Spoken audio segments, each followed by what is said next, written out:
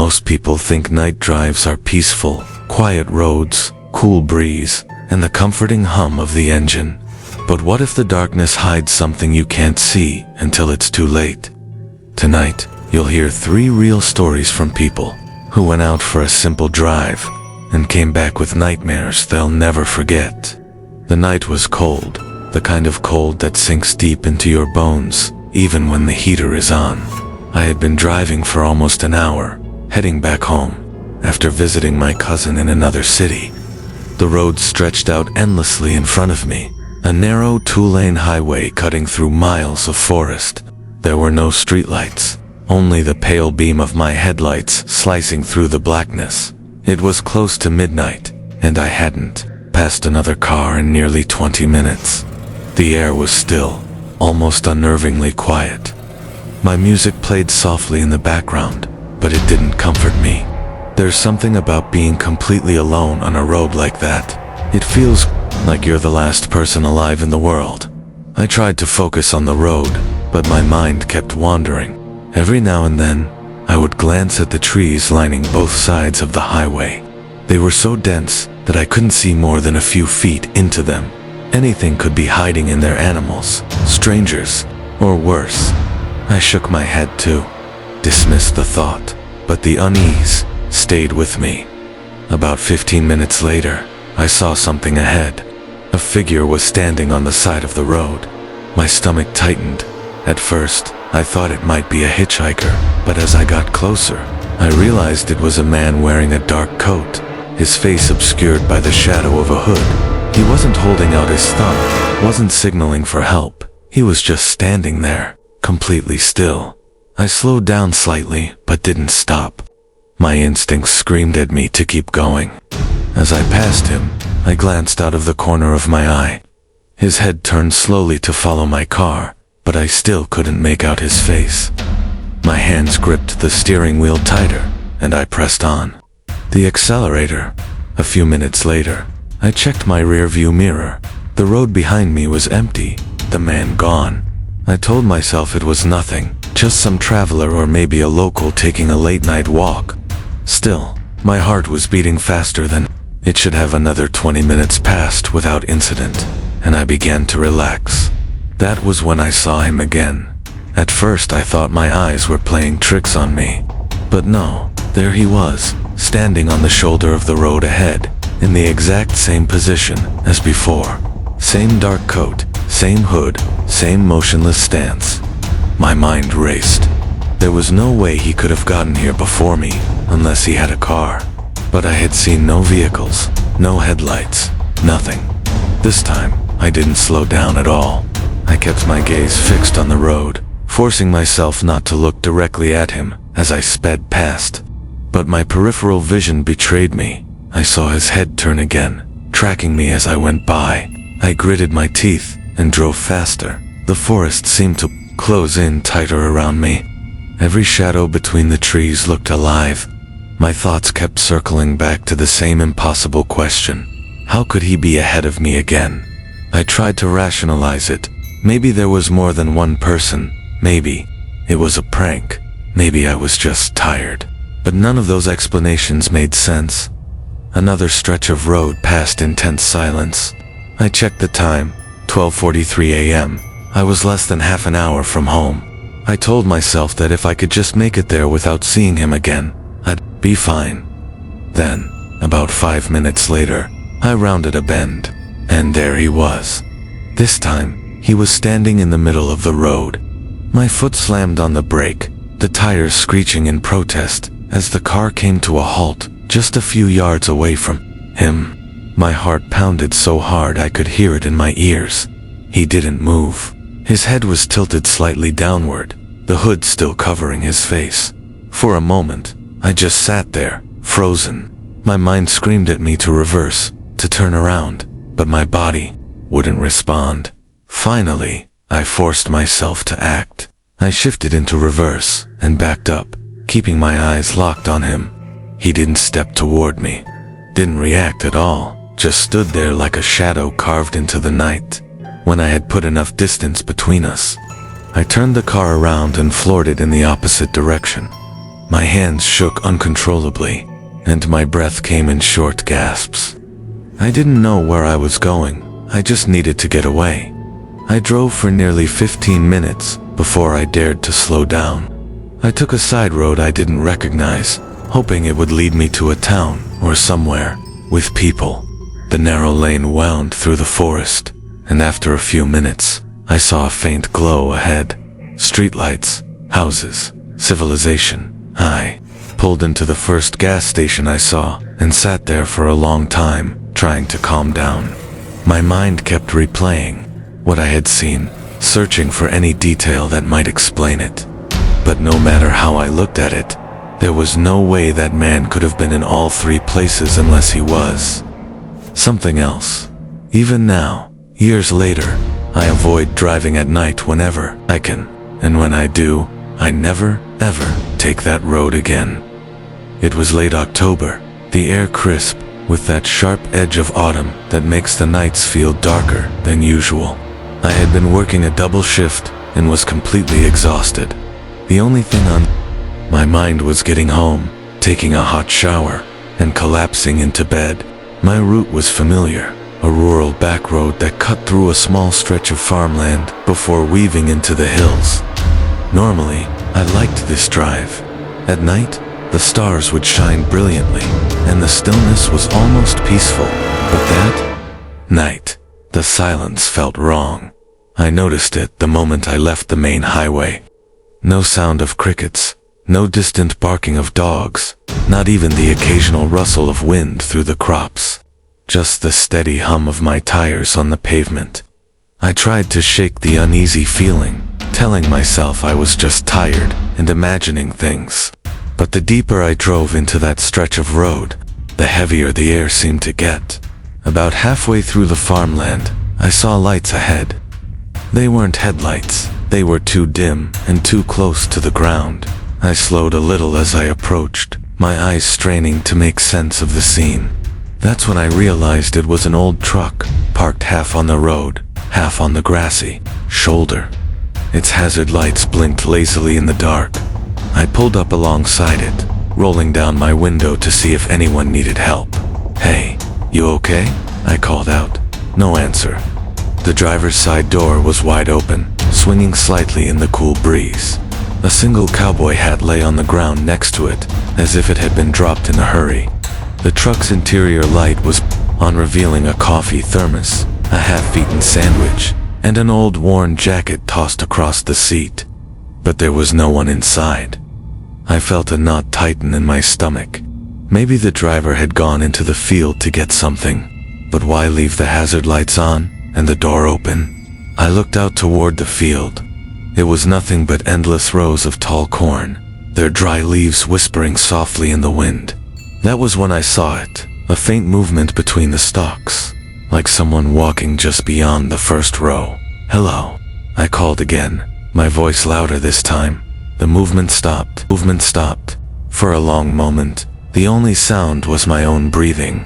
Then, slowly, a figure emerged from the shadows of the corn. It was a man, tall and thin, wearing overalls and a plaid shirt. He stepped into the edge of my headlights, his face pale and expressionless. "You need help?" I asked, trying to sound calm. He didn't answer. He just stood there, staring at me with eyes that seemed wrong. There was something off about the way he looked at me, not angry, not curious, but as if he were looking through me. I felt my skin crawl. "Okay, well, I'll just call someone for you," I said, reaching for my phone. Before I could unlock it, he started walking toward my car. Not quickly, but with a strange, deliberate slowness. I rolled my window up halfway, my heart beginning to race. When he was only a few feet away, he stopped again. His lips parted slightly, but no words came out, just a faint, wheezing sound, like air escaping from a balloon. Something deep inside me screamed that I needed to leave. I put my car in gear and pulled forward, glancing in my mirror to see him watching me go. He didn't chase me. He just stood there, framed by the blinking hazard lights of the abandoned truck. I thought that was the end of it. But a few minutes later, as I wound through the hills, I saw headlights in my rearview mirror. They were far behind at first, but they started gaining on me, fast. My pulse spiked.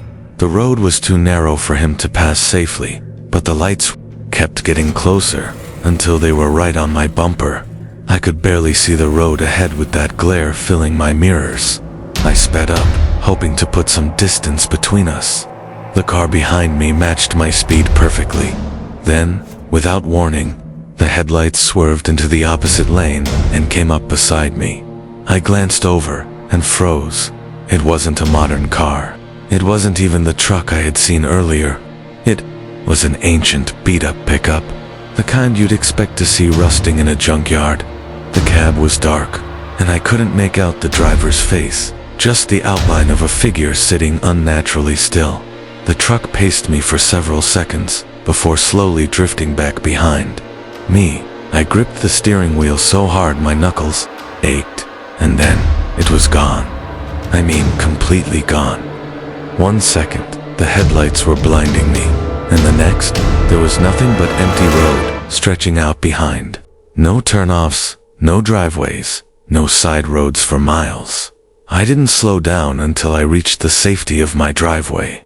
I ran inside, locked every door, and peered out the window into the darkness, half expecting to see those headlights pulling up. Outside, I never did find out what happened to the driver of that first truck. Some people I've told the story to think it was just a strange coincidence, maybe a trick of exhaustion playing with my memory. But I know what I saw, and I know that whatever was out there on that road wasn't entirely human.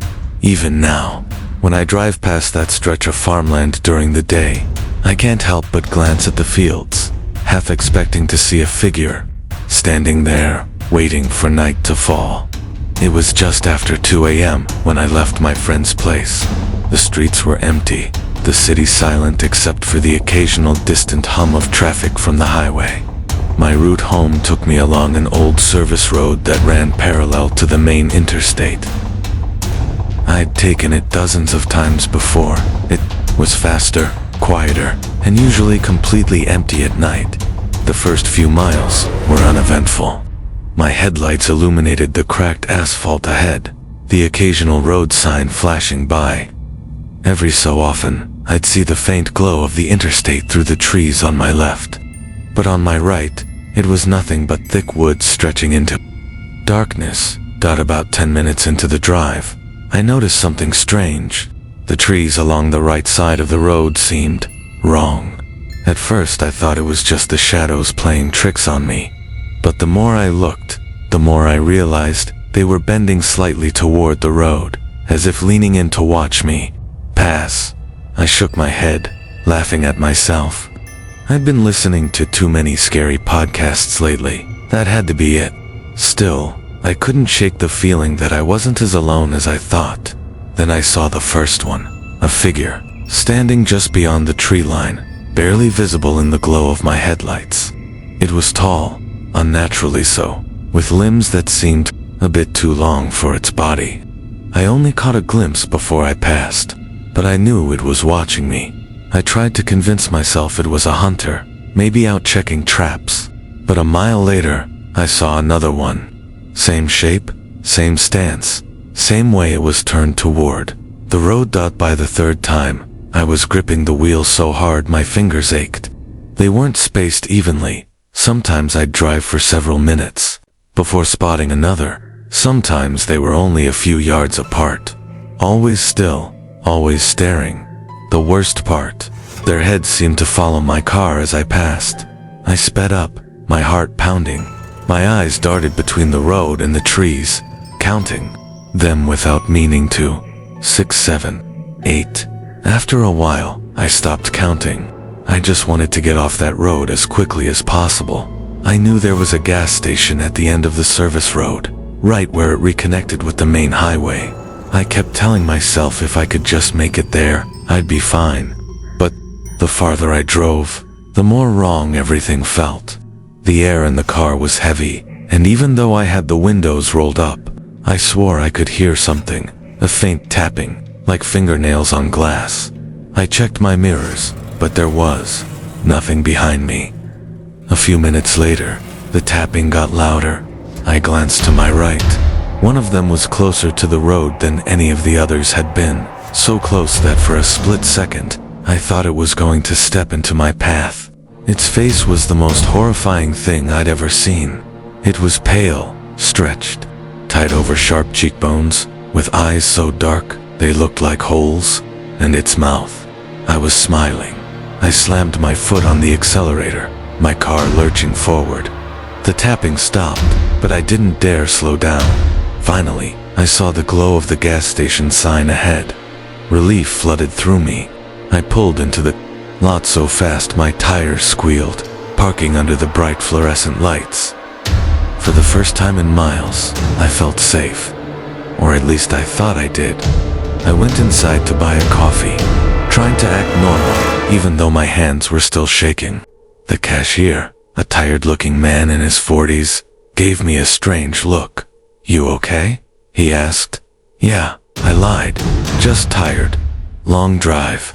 He didn't say anything, but his eyes lingered on me a little too long. When I finally stepped back outside, my stomach dropped. My car door was open.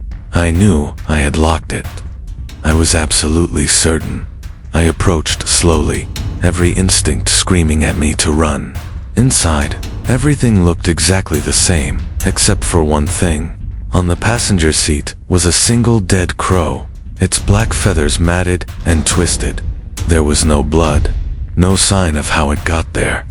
Just the bird, its head tilted at an unnatural angle, staring at me with glassy eyes. I backed away, shaking, my mind scrambling for an explanation. Maybe it was a prank. Maybe I'd left the door unlocked without realizing. But deep down, I knew better. I got in the car, slammed the door shut, and locked it twice. The drive from the gas station to my house was only 15 minutes, but it felt like hours. The whole time, I kept expecting to see something in my rearview mirror, a face, a shadow, something. But the road stayed empty. When I finally pulled into my driveway, I jumped out and ran inside, locking every door and window. I didn't sleep at all that night. The next morning, I went out to my car, half dreading what I might find. The crow was gone. In its place, on the passenger seat, was a single black feather. I sold the car 2 weeks later. To this day, I've never taken that service road again, and sometimes, when I'm driving late at night, I still catch myself looking at the trees, wondering if something might be watching from just beyond the light. If you've made it this far, you're either braver than most, or maybe you just can't look away from the darkness once it finds you. These stories aren't just campfire tales, they happened to real people, on real roads, under the same night sky you see every evening. And the truth is, it could happen to anyone. Next time you're driving late at night, pay attention. That shape in your rearview mirror might not be another car. That figure on the side of the road might not be as harmless as it seems. And if you ever feel like something is following you, maybe it is. If you enjoy these true horror stories and want more unsettling encounters from the shadows, make sure to subscribe. Turn on the notification bell so you never miss a night where the unknown comes a little too close. And don't forget to like this video. It tells me you want more nights filled with the kind of stories that keep you checking your back seat before you drive.